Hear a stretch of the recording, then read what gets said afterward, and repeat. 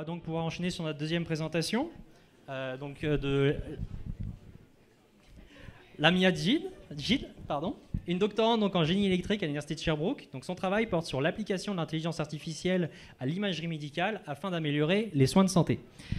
Ainsi, elle nous fera l'honneur donc, de nous montrer le fruit de son travail au travers de sa présentation nommée « Rayons X réinventés, promesses de clarté et de prudence ».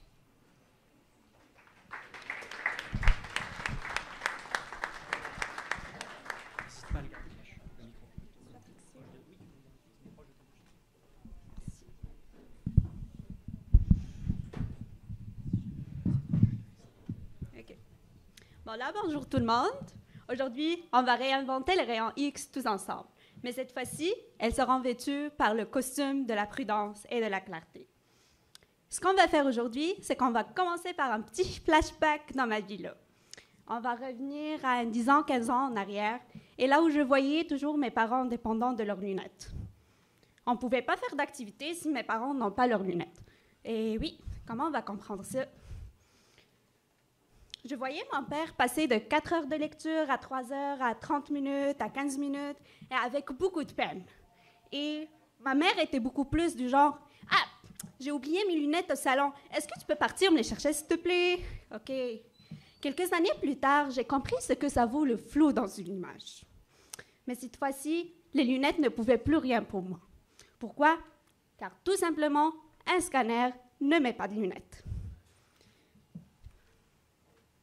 Mais c'était quoi le problème exactement? Le problème, c'est que l'image de mon scanner était toute floue. Et mon médecin ne pouvait pas faire de diagnostic. J'entendais toujours cette phrase se répéter. Et puis, on s'excuse, monsieur Judith, mais on ne peut vraiment pas donner de traitement à ta fille. On n'arrive vraiment pas à voir les détails sur son image. Mais est-ce qu'il y a une solution, docteur? Oui, bien sûr, il y en a une solution, mais malheureusement, c'est juste une boucle. Et heureusement pour moi, ce n'était pas une boucle infinie. Pourquoi? Car c'était tout simplement une boucle de rayons X, une cascade de rayons X. Et puis, on me lance chez le docteur X. On va essayer son scanner. Il vient de le recevoir de la France. OK? C'est quoi le résultat? Une image floue. On arrive bien à voir. OK? On va essayer le scanner du docteur Y. Il vient de le recevoir de l'allemand. C'est sûr qu'il aura une image.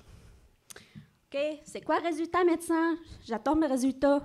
C'est toujours une image floue, on s'excuse vraiment. OK, le docteur Z vient de recevoir un des États-Unis. On vous promet d'avoir un résultat. Mais toujours image floue. Et du coup, je ressemblais à cet emoji-là à chaque fois que je partais à ma consultation. Comment un docteur avec 20 ans d'expérience, 15 ans d'études, ne peut pas vraiment trouver la solution pour ma maladie? Je suis toute petite, là. OK, je croyais que quand même, je suis assez génie pour trouver la solution, mais je savais que quelque chose marchait mal. Je savais que quelque chose de fou partait là. Peut-être que le docteur m'aimait, il voulait juste me voir plus souvent, c'est tout. Ah là là là, il était de l'âge de mon père et sa plus petite fille était de mon âge. Donc c'est sûr que je vais mourir. Non, mais non, je ne vais pas me laisser mourir. OK, qu'est-ce qu'on va faire? On va se chercher la source du problème. Et c'est quoi la source du problème? À votre avis, c'est que je suis opaque. Si j'arrive à être transparente, ça aurait été la solution. Un petit exemple. Mes ballots, vous croyez voir ma main?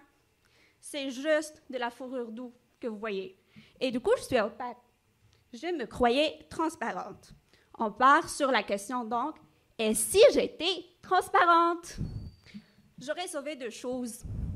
J'aurais sauvé mes neurones d'un burn-out car je me croyais assez génie pour dépasser un docteur qui a 20 ans d'expérience et j'aurais sauvé mon corps de plein de radiations de rayons X. Ceci nous mène à notre question de recherche. Comment peut-on rendre le corps humain transparent à nos médecins? Et puis pour faire ceci, on va justement l'explorer à travers une petite bande dessinée qui est déformée. Comme ça paraît, la transparence, ça pourrait être trop pratique pour nos médecins.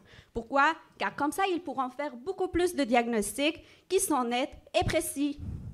Pour faire ainsi, la communauté médicale va embaucher de la lumière qui est spécialiste à dévoiler les secrets du corps humain.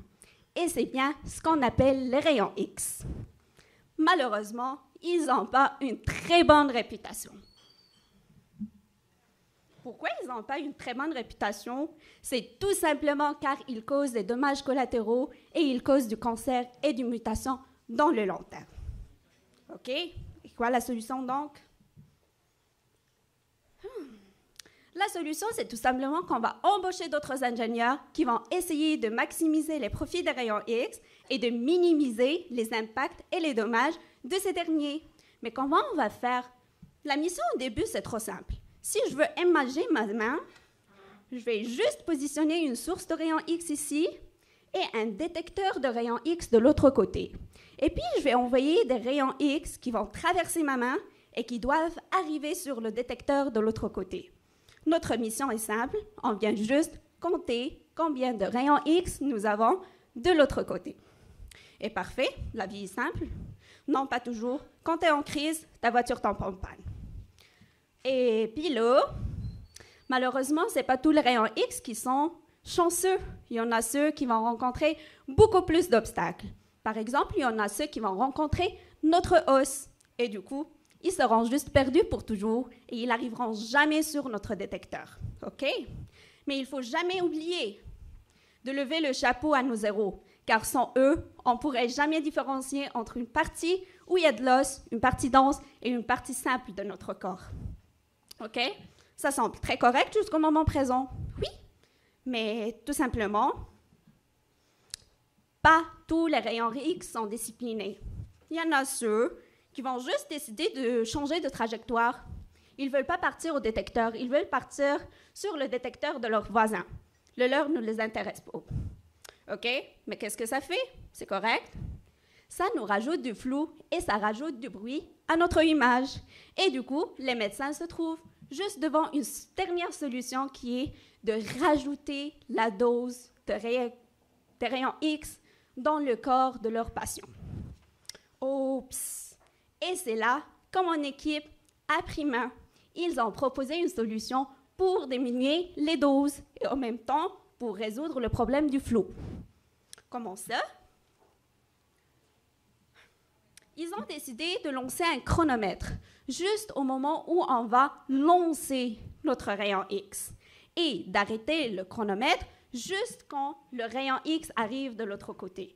OK? Et puis, on va juste calculer le temps que ça a pris pour le rayon X de partir de la source au détecteur. Ceux avec un très long temps de vol seront discriminés. Et toi, tu n'étais pas discipliné, tu n'es pas ponctuel, en dehors. C'est tout. Ça serait ça notre solution. Mais ce n'est pas trop facile de distinguer les photons qui ont dévié de ceux qui ne l'ont pas. Pourquoi? Car les rayons X ont la vitesse de la lumière. OK? Un petit récap, c'est trop d'informations. Les scanners, en général, nous avons un patient en Alger. Et puis, nous avons une source de rayons X avec des détecteurs en bas qui rotatent autour du patient. Les rayons X traversent le corps humain et arrivent sur le détecteur. Mais si les rayons X rencontrent un os, ils vont changer de trajectoire. Et puis, elles seront détectées sur un autre détecteur, sauf celui qui le sent dédié. Notre chronomètre vient comptabiliser le temps de vol qu'a pris le rayon X pour partir de la source au détecteur et il va juste les renvoyer. On ne le prend pas. Le résultat, une image plus nette avec beaucoup plus de détails. OK? Est-ce que c'est fini le problème? Non, car nous sommes toujours en crise. Mais mon prochain problème, c'est avec la lumière. La question est pour vous. Vous avez 10 secondes et vous avez une consommation gratuite, à moi de la payer. Qui a la réponse?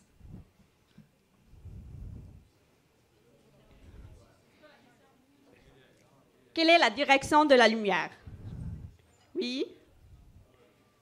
OK. On va passer. La lumière, ça va dans tous les sens et a les mêmes propriétés dans tous les sens. Du coup, ça vient de notre problème qui est dans notre chaîne de détection. Nous avons, comme déjà dit, notre scanner, le patient, les rayons X et puis notre détecteur.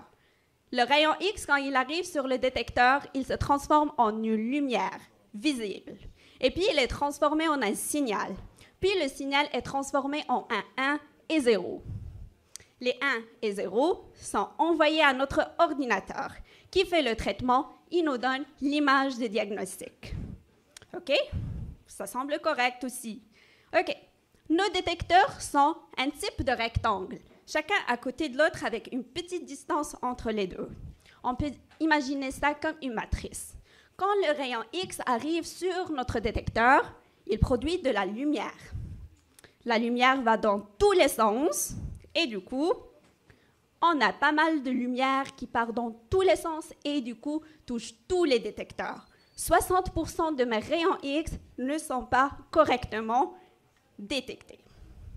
Là, je vais faire appel à l'héros de l'air, qui est l'intelligence artificielle, pour se poser la question « Comment puis-je reconstruire ces événements ?» Est-ce que ça finit? Non, nous sommes des humains et nous sommes toujours en recherche d'optimisation. OK? Donc, on va ajouter beaucoup plus de détecteurs, ce que j'appelle ici pixels. Et on cherche quelque chose de plus large toujours, car on cherche beaucoup plus de sensibilité. C'est très bien, OK, on s'améliore toujours. Et puis, on va chercher quelque chose de très grand. Ouch, OK.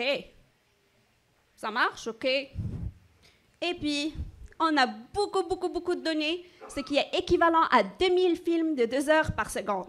Aucun PC ne peut traiter ces données. Et du coup, on appelle encore une fois ou l'héros de l'air, qui est l'intelligence artificielle, pour compresser mes données. Sur ceci, je vous laisse avec l'anecdote suivante et je vous dis merci infiniment.